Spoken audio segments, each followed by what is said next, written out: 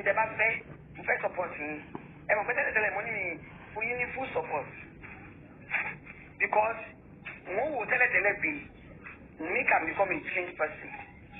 Yeah, we consider, we give chance. But èmi ò kí fún yàn ní chance ìjẹ̀bọn lọ. Mo lè ṣe ibi tó máa ní pé ó burú, ó strict.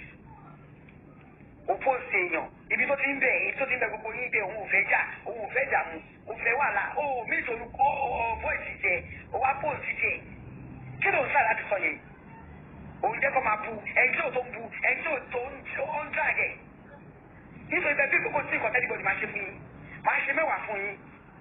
Bẹ́ẹ̀ ni mo sọ, sórí ìjà tẹ́lẹ̀ bá yín jà, kò ń ṣe ìjà gbogbo ìtọ́ba yín jà yẹn ìjà tèmi kéré o, ìjà tí wọ́n kéré, ó kéré sí tèmi.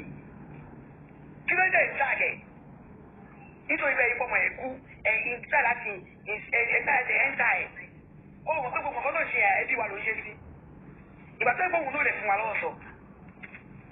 Wo, this time the battle line has been drawn between me and you because I mean Wunmi.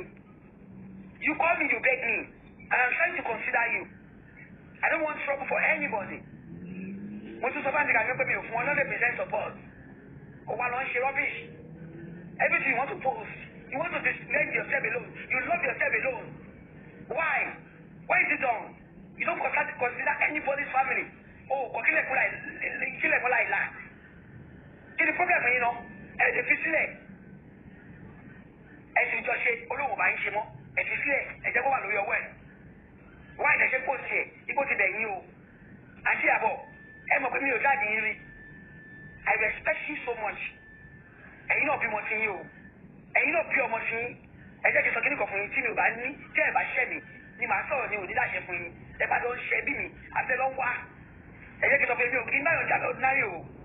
Mo máa ń sọ fún yín pé omi inú kọ́ọ̀pù máa ń gbé yàn lọ. Òótọ́ dẹ̀ ni mo sọ fún yín yẹn, tẹ́ bá mú kẹ́yà máa lọ mọ̀. Ẹ ṣọ́ra yín gidigidi gan. Kí ló dé? Ọmọ ti kú. Mo ti wò bí ẹ fẹ́ kó nísìnyí. Nǹkan tó yẹ kí n dákẹ́ ni wípé mo wò wípé kò wúrà máa tó bẹ̀rẹ̀. O ò tí mo fi sífẹ̀ẹ́ tẹ lọ́hùn mi. You are still doing this. Ìwọ fẹ́ kó dákẹ́ kó máa wòran. Òun kọ́ àwọn bloggers ìjọba máa fight fún ẹ. Can they fight for you? What is the result of the fault in the past? You are complicating issue for yourself, for all the families. What is wrong with you?